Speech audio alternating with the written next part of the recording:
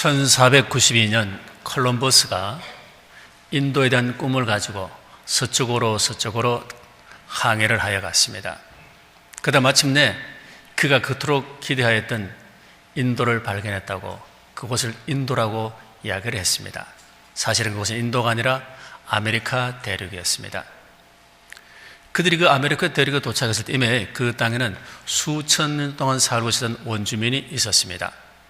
그러나 그 많은 원주민들이 이제 침략자들에 의해서 온데간데 없이 지금 흔적도 없이 다 사라졌습니다. 미국을 여행하다 보면 가끔씩 인디안 보호구역이 있습니다. 곧 인디언들의 집단 거주 지역이죠. 미국 정부는 그 인디언들을 그곳에 집단 거주시켜서 그들에게 일정의 생계비를 주면서 그들을 이제 기본적인 보호를 하고 있습니다. 그 인디언 보호구역에 사는 그 인디언들은 매일같이 정부에서 주는 그 생계비를 가지고 도박과 마약과 술에 취해서 그러니까 서서히 그들은 사라져가고 있습니다.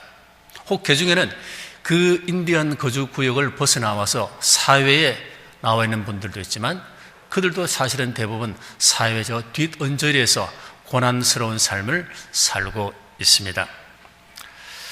지금 이 원주민들, 그 원주민들은 불과 몇 세기 전만 해도 그 땅의 주인이었음에도 불구하고 지금 살아남아 있는 그 아메리카 원주민들이 어느 날 그들의 잃어버렸던 그 대륙을 회복하고 그들만의 나라를 다시 세울 수 있다는 것은 아무도 그렇게 생각하지 않습니다.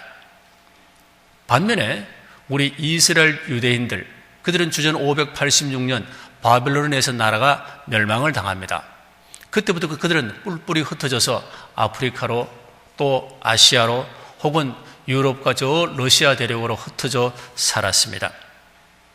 그랬던 그들이 이제 멸망당했던 그들이 놀랍도록 1948년 그들의 나라를 그들의 그 땅에 다시 회복하는 기적과 같은 일이 일어났습니다. 그들의 그 무엇이 그들이 무려 2600년 만에 잃어버렸던 그들의 땅을 다시 회복할 수 있었던 그 힘, 그 원동력, 그 근원이 어디에 있었겠습니까? 아메리카 인디언들, 유대인들에 비해서 100배나 더 큰 광활한 그런 영토를 갖고 있었습니다. 그러나 그들은 지금 거의 멸종되다시피 미국 사회에서 서서히 사라져가고 있습니다. 반면에 바벨론과 페르시아 또 헬라와 로마에 의해서 철저히 그들이 압제를 당했고 심지어는 주 70년에 로마에 대해서 조직적으로 유대인들이 저항한 것으로 인해서 티투스 장군에서 예루살렘이 그야말로 초토화되어서 그 예루살렘의 그 기드론 골짜기에는 피가 강물처럼 흘러내리는 그런 참혹한 일을 당했고 그로 인해서 정말 전 세계에 흩어졌던 그 유대인들은 지금 다시 그들의 나라, 그들의 실질을 회복할 수 있었습니다. 그들은 그 아메리카 인디언에 비해서 비록 100분의 1밖에 되지 않은 작은 그 땅이었지만도 그들은 그 땅을 무려 2600년 만에 그들은 그 땅을 회복할 수 있었습니다. 그 이유가 무엇이겠습니까? 아메리카 원주민들은 그 땅에 수천 년 살면서 그 땅을 다 지금 놓쳐버리고 그들은 거의 멸종 위기에 있는데 한 다른 민족 유대인들은 무려 2600년 만에 그 실질을 회복해서 그 나라를 세웠습니다. 그 원인, 그 이유가 무엇이겠습니까? 바로 그것은 그들에게 정신입니다. 그들에게 참된 정신이 있느냐 없느냐, 그들에게 있어서 정말로 생명을 지켜야 될 그런 가지고 생명을 바쳐서 지켜야 될 그 정신이 있었느냐 없었느냐 있었습니다. 곧 그들에게는 보석보다 더 중요한 정신이 있느냐 없느냐, 거기에 승패가 결정되었던 것입니다. 그들은 땅을 빼앗긴 지 불과 200년, 300년 만에 그들은 알코올 중독자, 그들 가운데 도박 중독자, 그들 가운데 어떤 마약 중독자로서 그들은 서서히 사라지는데 이스라엘 백성들은 아메리카인들에 비해 전혀 그렇지 않았지만도 그들은 세상의 모든 박해와 수모 속에서도 그들은 그 나라를 회복할 수 있었던 것은 바로 그들 안에 그들에게는 영원히 변치 않는 약속, 곧 그들에게는 신앙이 있었기 때문에 그렇습니다. 그들은 억만금과도 바꿀 수 없는, 수많은 보석과도 결코 바꿀 수 없는 그들에게 있는 그 신앙, 곧 하나님의 약속이 그들에게 있었기 때문에 하나님이 그들에게 그들의 조상 아브라함에게 이 땅을, 너희들이 밟는 이 땅을 너희에게 주던 그 약속을 그들은 붙잡았기 때문에 그들은 1948년 무려 2600년 만에 그 땅에 돌아와서 그 실질을 그들은 회복할 수 있었습니다.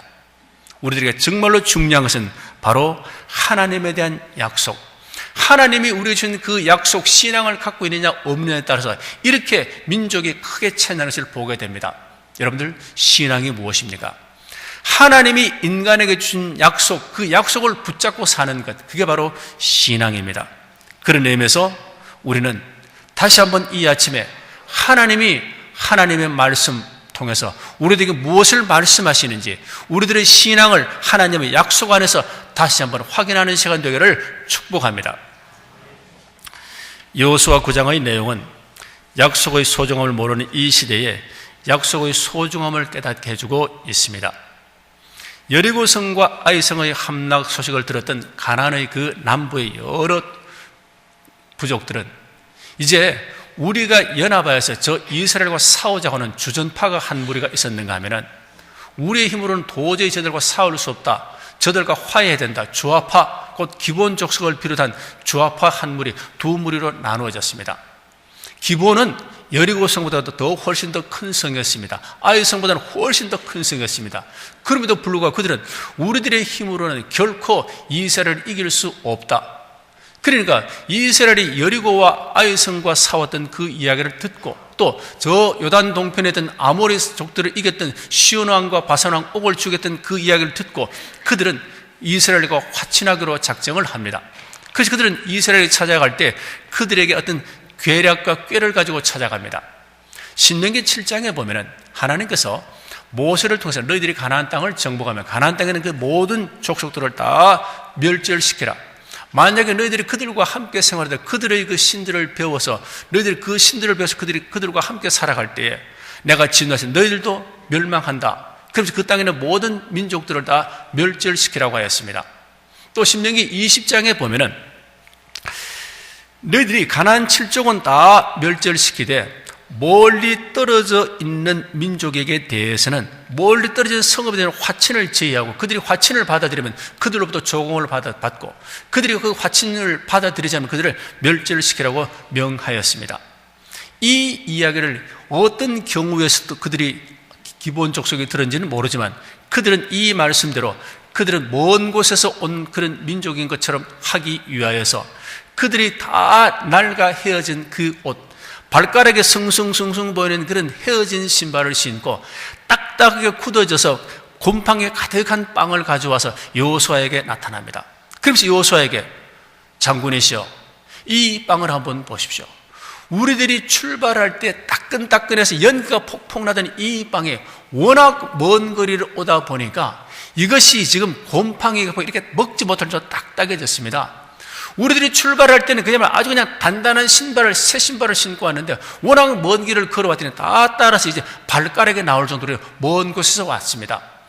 우리들은 이스라엘이 어떻게 하나님과 함께 하시는지, 하나님이 요단강 동편에 든 바산왕 옥과 시온왕 아모리왕 시온에게 어떻게 해서 그들을 이겼는지, 하나님이 요단강을 어떻게 갈랐는지, 여리고성을 어떻게 무너뜨리는지 우리는 알기 때문에 우리는 상천하지의 그 하나님을 너희들과 같이 섬기기를 원합니다. 그러니까 우리와 화친합시다 하면서 그들은 거짓 계략으로 화친을 제의해왔습니다. 그래서 그것을 보았던 여호수아, 그들의 그 겉모습, 그들의 표정을 보니까 분명히 그들은 먼 민족인 것이 분명해서 그들과 화친하면서 그들을 이제 함께 받아줍니다. 그런데 고대 근동 사회에서는 국가와 국가 간에 어떤 조약을 맺으면 그 상호 국가에 가서 서로 살펴보는 그런 과정을 겪습니다. 그래서 그들이 한 3일 길을 가서 보니까 기본 그 족속들이 3일 길 떨어진 아주 가까운 성에 있는 것을 알고 뒤늦게야 그들이 속았다는 것을 알았지만도 이미 하나님의 이름으로 맹세했기 때문에 그들은 그 약속을 그대로 지키기로 합니다. 자, 여기서 하나 볼 수 있는 것, 왜 하나님은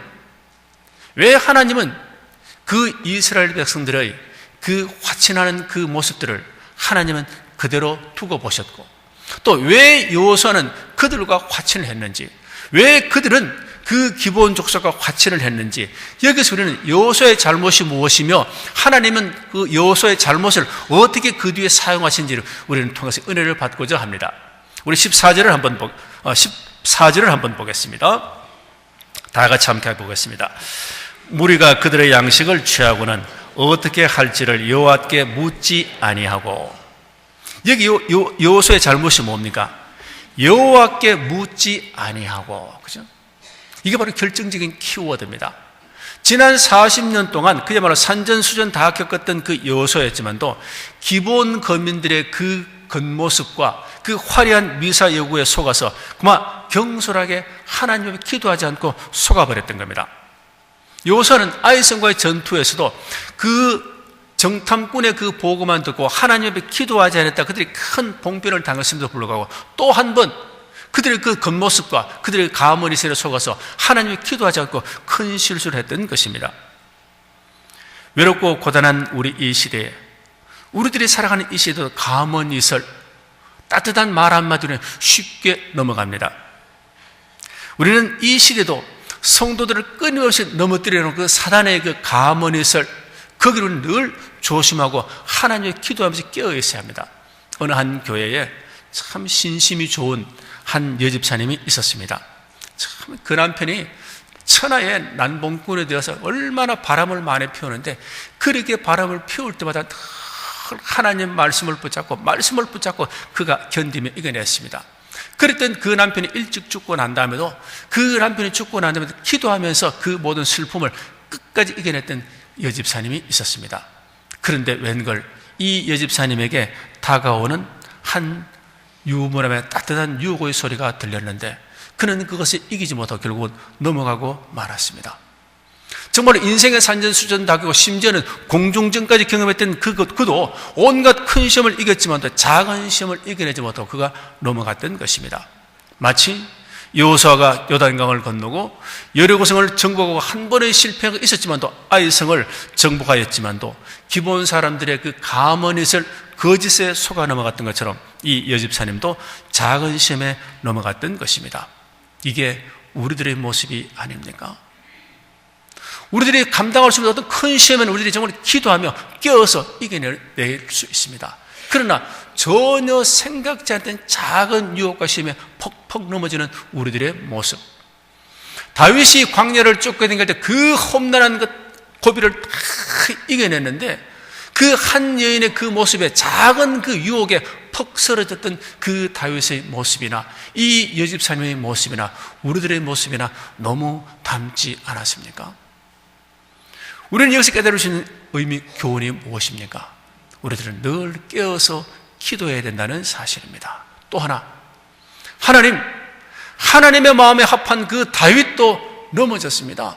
여호수아 대장도 넘어졌습니다. 저는 다윗도 여호수아도 아닙니다. 하나님이 저에게는 이런 유혹과 시험이 없도록, 하나님 나를 긍휼히 여기시고 설렁이는 유혹과 시험이 올지도 건너뛸 수 있도록 주님의 그 피로, 어린 양의 피로 저를 인쳐달라고 우리가 기도하면 하나님의 긍휼하신 그 은혜에 구하는 것, 그 외에 달리 방법이 있겠습니까? 하나님은 사랑이십니다. 하나님은 은혜이십니다. 하나님 앞에 내 삶의 작은 것까지도 모든 것을 기도하는 가운데 하나님의 은혜로 사는, 하나님의 은혜로 존재하는 모든 분 되시기를 축복합니다. 기본 사람들이 헤어진 옷과 다 떨어진 신발을 신고 와서 여호수아를 찾아와서 유혹하여 속아 넘어진 것처럼 우리들도 천사를 가장한 사람들이 늘 우리 곁에서 유혹할 때 우리가 쉽게 넘어갈 수 있습니다. 어떤 한 교회에 참 경건한 장로님, 그야말로 상냥하고 친절해서 사람마다 쳐다보고 그냥 오는 사람들 쳐다보면 생글생글 그 웃는 모습이 너무 친절하고 아주 그냥 좋은 그 장로님, 또 심지어는 자기 부인이 이제 교회 갈 때 치마가 좀 짧으면은, 아니 장로 부인이 이렇게 치마가 짧으면 어떡하냐고 그렇게 경건했던 그 장로님이 알고 보니까 여러 명의 여인이 있었다고 합니다. 그것도 그 교회 내에는 자매 여인들이었습니다. 왜 그랬겠습니까? 그의 그 겉모습, 그냥 웃으면서 생글생글 웃으며 다가오는 그 겉모습에 그냥 내가 방심하고 넘어갔기 때문에 그렇습니다.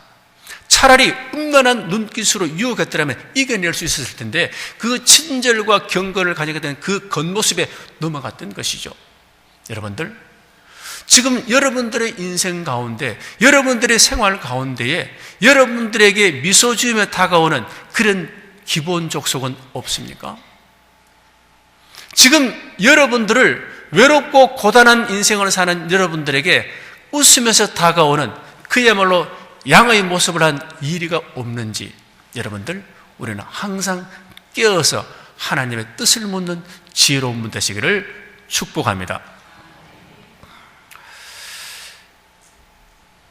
여호수아가 기도하지 않고 눈에 보이는 대로 판단하여 큰 낭패를 당한 것처럼 우리도 기도하지 않고 눈에 보이는 대로 내 판단과 내 지식과 내 경험을 하여 실수할 때가 많이 있습니다.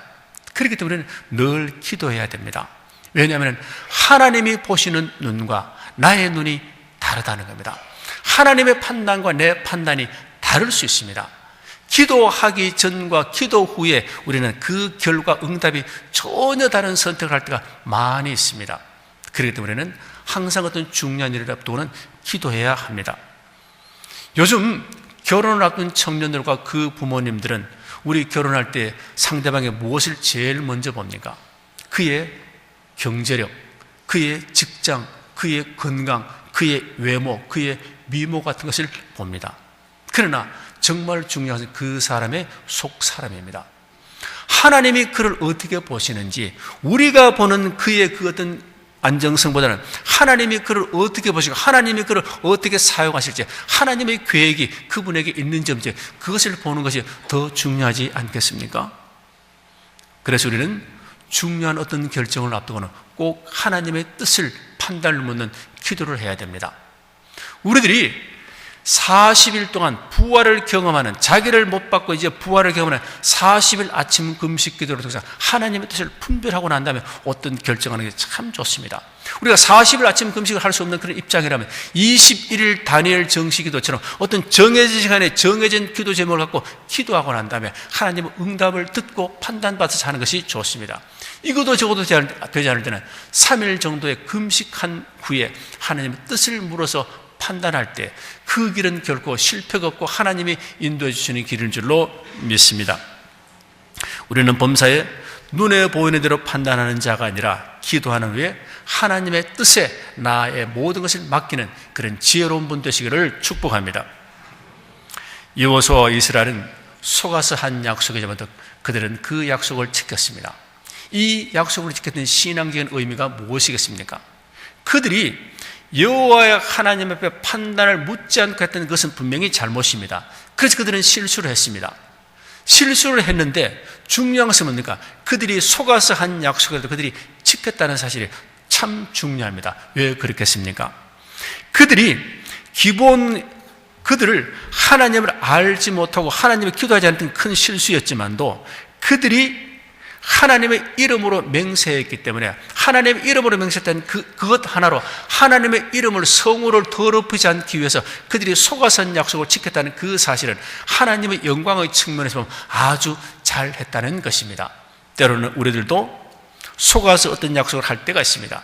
그러나 우리는 하나님의 영광을 위해서 그 약속을 하나님의 이름으로 했다면 하나님의 이름이 훼손되지 않도록 속아서 한 약속을 지키는 것이 하나님이 원하시는 길입니다.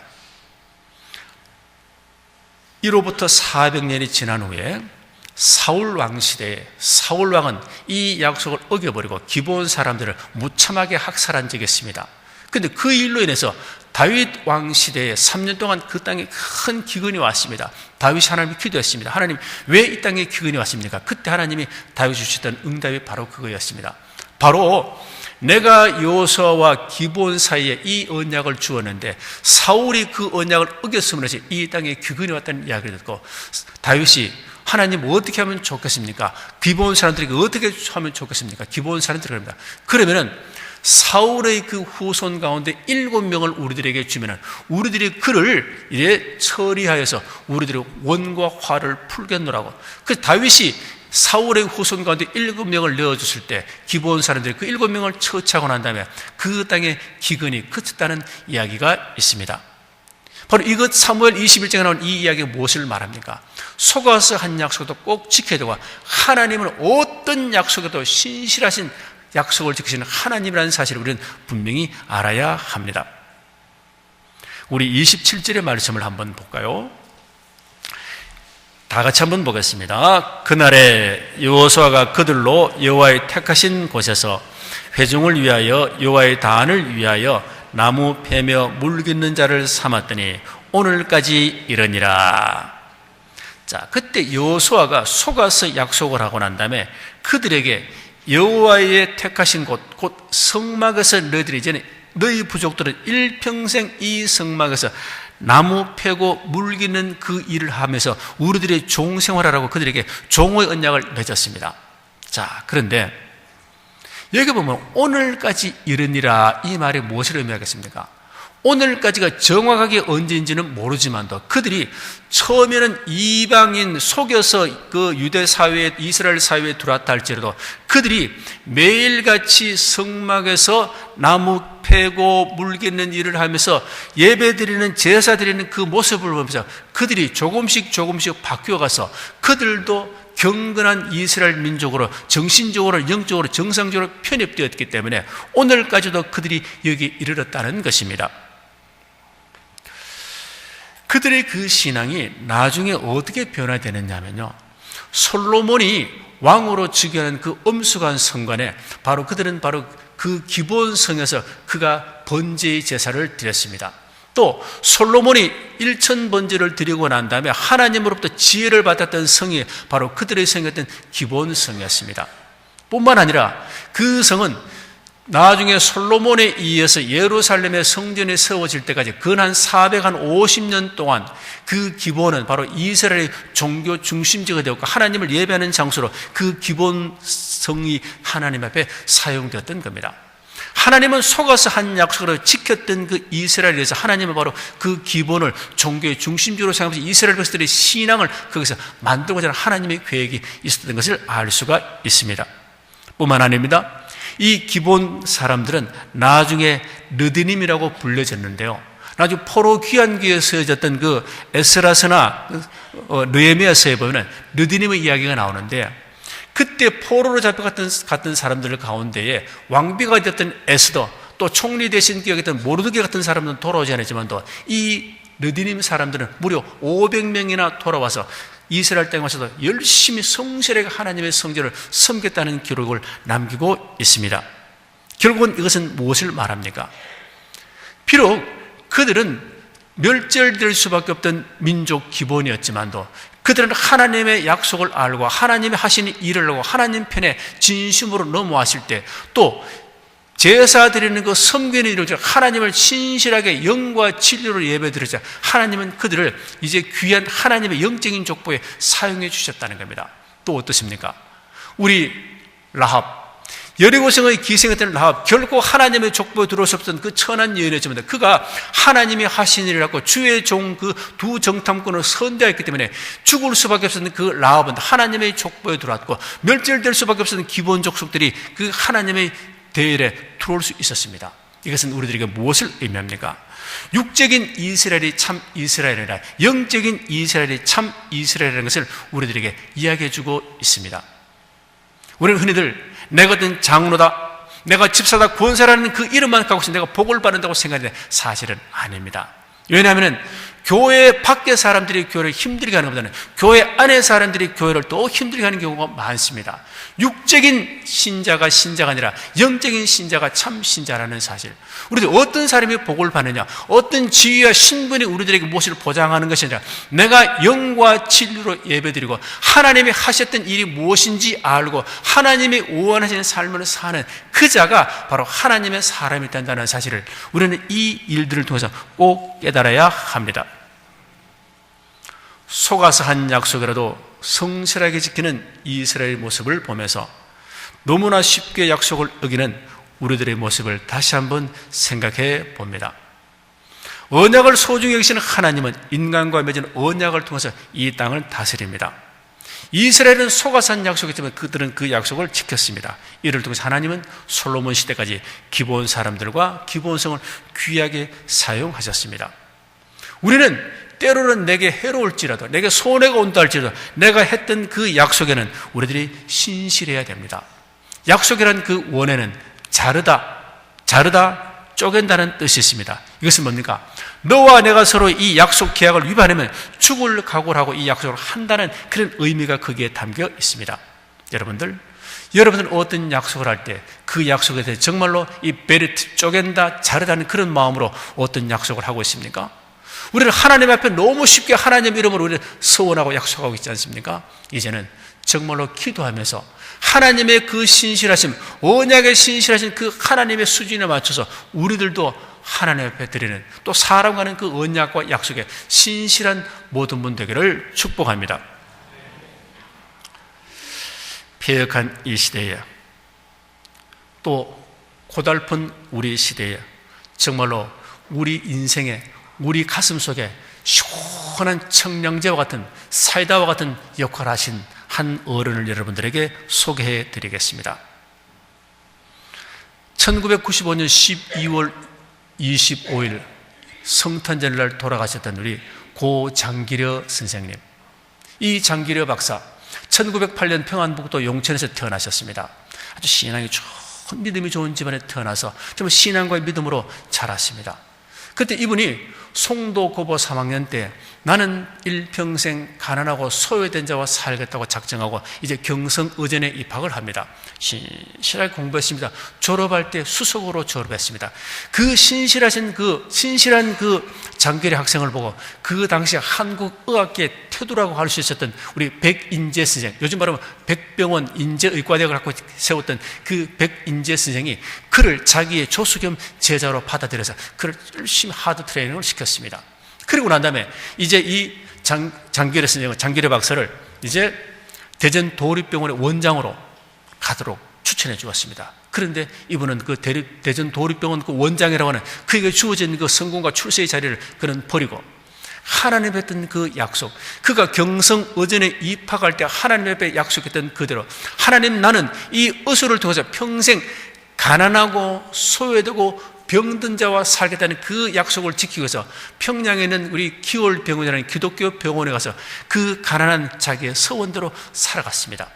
그랬던데 1950년 이제 전쟁이 일어나면서 어쩔 수 없이 이제 남원 쪽으로 내려오면서 김봉숙 여사와 결혼해서 3남 3녀가 지냈는데 너무 급하게 내려오다 보니까 둘째 아들 장가영 한 아이들만 데리고 내려왔습니다. 그러니까 그는 내려와서 이제 부산에 그 피난민촌들이 그 참 죽어가는 많은 사람들이 그 모습을 보고 거기에 천막을 치고 이제 병원을 시작했고, 그로부터 1976년 그가 은퇴할 때까지 무려 20여 년간을 복음병원을 세워서 거기에 복음병원 원장으로 그는 수고하였습니다. 그 복음병원이 오늘날 바로 고신대 의료원 복음병원, 바로 그가 세웠던 그 병원이었습니다. 그는 자기가 혼자 내려왔던 그 모습을 보고 주변에 많은 사람들이 박사님 이제 재혼하셔야죠. 박사님 이제 앞으로 남은 시간 너무 많은데 박사님 재혼하셔야 되지 않겠느냐고 그렇게 권면했을 때 그는 단호하게 거부했습니다. 제가 결혼할 때 하나님과 주례 목사님 앞에서 내가 100년 해로하기로 내가 약속을 했는데 아직까지 100년이 되지 않았기 때문에 나는 혼자 살겠노라고. 그래서 평생 혼자 수절하면서 그 약속을 지키면서 그는 그렇게 살았습니다. 그는 평생 혼자 살면서 가난하고 소외된 자, 병든 자들의 친구로 살았으나 그는 결코 외롭지 않았고 평생 집 한 채 없이 병원 사택에서 살았지만 그는 모든 것을 가졌던, 부족한 것이 없이 살았던 사람입니다. 바보의사 장기려, 그는 두 가지 약속을 신실하게 지켰습니다. 하나는 가난하고 병들고 소외된 자를 위해 살겠다는 그 약속을 지켰습니다. 또 하나, 일평생 나는 100년 해로 나는 검은 머리가 팥불이 될 때까지 이 여인과 살겠다고 했던 그 결혼식 때의 그 약속을 지키면서 그는 평생 그 이후로 수술하며 그는 독신으로 살다 갔습니다. 고단한 우리 시대, 인간성이 매발버린 이 시대에, 정말로 삭막한 오늘날 우리 이 시대에 우리들은 이 장기려 박사와 같은, 정말 온 세상을, 우리 가슴을 시원하게 주는 이런 청량제와 같은 그런 인생을 살기를 원치 않습니까? 하나님은 지금 저와 여러분에게 지금 제2의 장기력, 제3의 장기력이 되어서 정말 하나님의 약속의 신실함이 무엇인지 이 땅에 정말 가슴을 시원케 드리는 그런 사람을 찾고 있습니다. 저와 여러분, 우리 교회가 제2의 장기력, 제3의 장기력을 키우는 제2, 제3의 장기력가 우리 교회에서 나오는 참 좋은 교회, 하나님의 그 영광을 증가하는 그런 교회, 그런 가정, 그런 성도 되시기를 축복합니다.